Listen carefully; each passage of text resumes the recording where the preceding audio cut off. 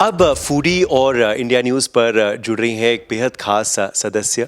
जी हाँ, ये Nepal royal family की सदस्य हैं, नेपाल की प्रसिद्ध राणा फैमिली की सदस्य हैं और लेखक के रूप में आज नैनीताल पहुंची हैं रोहिणी राणा। रोहिणी जी, बहुत बहुत स्वागत है आपका फूडी और इंडिया न्यूज़ पर।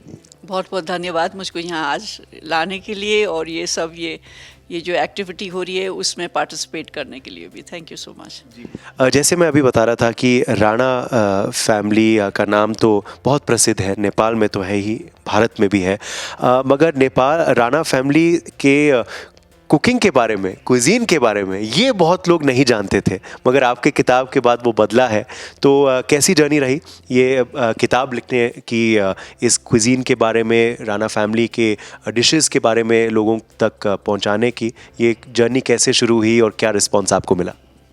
जैसे मैं जन्मी भारत में हूँ और मेरी नेपाल में शादी हुई है। वैसे मेरे फैमिली में बहुत लेडीज़ हैं जो इंडिया की हैं, नेपाल में शादी हुई हैं। हमारी बेटियों की, हमारी नंदों की, बुआ सास लोग की भी इंडिया में शादी हुई है। तो ये एक्सचेंज चल रहा है बेटियों का। तो उससे जो इतनी नेपाली लड़कियां हैं जिनकी इंडिया में शादी हुई है, उनके लिए ये किताब मैं सोचती हूँ कि बहुत अच्छी मैंने उनको गिफ्ट दी है कि उनका नेपाली खाना उनके घर में आज तक पहुँचा है। और मुझको रिस्पांस भी बहुत अच्छा मिला है इस किताब से, तो मुझको बहुत खुशी हुई है। कुछ बताइए राणा फैमिली के क्विजीन्स के बारे में, जिसके बारे में आपने उल्लेख किया है आपकी किताब में। मैंने जैसे अभी बोला है फेस्टिवल में, जब जंग बहादुर जो राणा डायनेस्टी के स्टार्टर थे, उन्हें जब लखनऊ का लूट किया वो ब्रिटिश गवर्नमेंट के साथ में, तो वो और भी सामान के साथ अपने साथ खनसामे वापस ले गए लखनऊ से। और ये खनसामों ने हमारे नेपाली जो बहुत सिंपल खाना होता है उसको थोड़ा अवधी स्टाइल में एम्बेलिश कर दिया और इम्प्रूव कर दिया और थोड़ा रिच बना दिया। तो वो राणा कुजीन इसके लिए फेमस हो गया है कि राणा फूड, आई थिंक थोड़ा अवधी इन्फ्लुएंस आया है वहाँ से। एक दो कौन से खास डिशेस हैं राणा फैमिली के जिसके बारे में आप बताना चाहेंगे आज? राणा फैमिली के मेन हमारे हैं, चावल खाते हैं बहुत लोग, तो उसमें ये मटन पुलाव है और वो चिकन का पुलाव है, उसके साथ जो जाती हैं दही की रेसिपीज़ और से सीजनल वेजिटेबल्स, सब्जियां जो है बहुत बनती हैं। हमारी साग बनती है, हर सीज़न में साग हर एक मील के साथ खाना पसंद करते हैं लोग। तो वो जो है, वो अचार जो है वो हमारी राणा खाने में बहुत स्पेशलिटी है। और आलू, एक टाइप का आलू डिश होता है जिसका नाम आलू तारे का है, सो उसको बहुत ही पसंद करते हैं। दूसरी किताब भी आपने अब लिखी है, दूसरी किताब के बारे में थोड़ा बताएं कि उसके पीछे क्या कहानी थी? दूसरी किताब के पीछे क्या कहानी थी कि मेरी जब फर्स्ट बुक पब्लिश होने के लिए रुकी हुई थी क्योंकि कोविड चल रहा था दुनिया में, तो मुझको लगा कि मैं सिर्फ राणास के बारे में कैसे किताब लिखूं। वो दूसरी भी तो एथनिक कम्युनिटीज़ हैं जो हमारे वहाँ के लोकल समुदाय हैं, उनका खाना भी मुझको प्रकाशित करना चाहिए। तो वो उसके लिए मुझको बहुत ही अनुसंधान करना पड़ा क्योंकि रिसर्च करना पड़ा, क्योंकि वो अपना खाना नहीं है। डिफरेंट एथनिक कम्युनिटीज़ तो अलग अलग रहती हैं, कोई पहाड़ों में हैं, कोई जंगलों में हैं। तो वहाँ जाके मैंने लोगों से पूछा उनका खाना क्या है, कैसा है।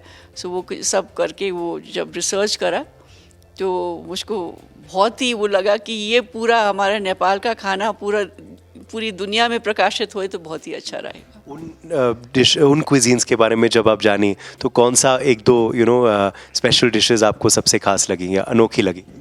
मेरी फेवरेट जो है, मैंने एक चैप्टर ही उस पे लिखा है, हमारे नॉर्दर्न एरिया से शेरपाज और नेवार सब खाते हैं। वो फेमस क्या है आज का, जो वर्ल्ड फेमस हो गया है, वो है मोमो। सो मैंने एक चैप्टर ही मोमोज़ के ऊपर लिखा हुआ है कि ओरिजिनल रेसिपीज़, उनके नुस्खे क्या थे, कि कैसे वो पहले बनती थी, और आजकल जो फ्यूजन खाना बहुत चला हुआ है तो उसके लिए भी मैंने काफ़ी अपने आप ही ट्राई करके उनके लिए फ्यूजन मोमोज़ का भी बहुत।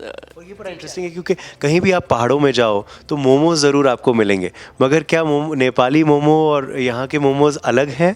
आप नैनीताल में हैं, नैनीताल में भी मोमोज मिलते हैं?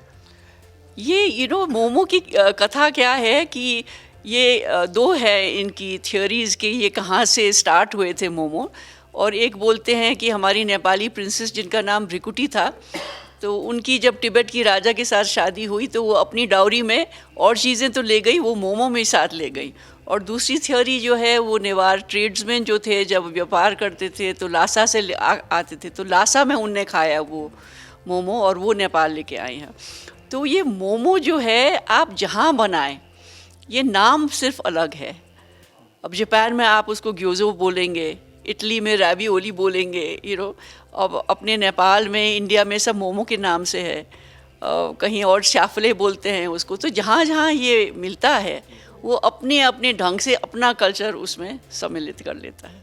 और भारतीय खाना और नेपाली खाना में आखिरी सवाल आपसे, कितना मेल है, कितना अलग है?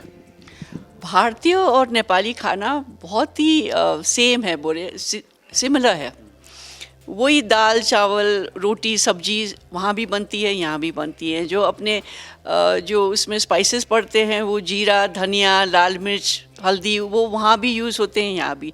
एक मुझको लगता है जो मेन वो जो फैक्टर है जो बिल्कुल अलग अलग कर देता है कि नेपाली खाना बहुत लाइट होता है, बहुत ही स्वादिष्ट है और बहुत लाइट है। उसमें जो भी आप स्पाइसेस भी डालेंगे, मसाले डालेंगे, बहुत कम पड़ते हैं, तो मीट का, सब्जी का स्वाद ज़्यादा आता है। अब अपनी नॉर्दर्न इंडिया में जो हो जाता है कि इतने मसाले पड़ जाते हैं, इतना घी तेल पड़ जाता है कि वो सब्जी और मीट का स्वाद ज़्यादा नहीं रहता है। मुझको यही थोड़ा फ़र्क लगता है। चलिए, बहुत बहुत शुक्रिया रोहिणी जी हमारे संग आज जुड़ने के लिए, एंड ऑल द बेस्ट आपके आगे की। Thank you so much, thank you for having me. Cameraman Dinesh Thakur के संग उदय प्रताप सिंह, फूडी और इंडिया न्यूज़ के लिए नैनीताल से।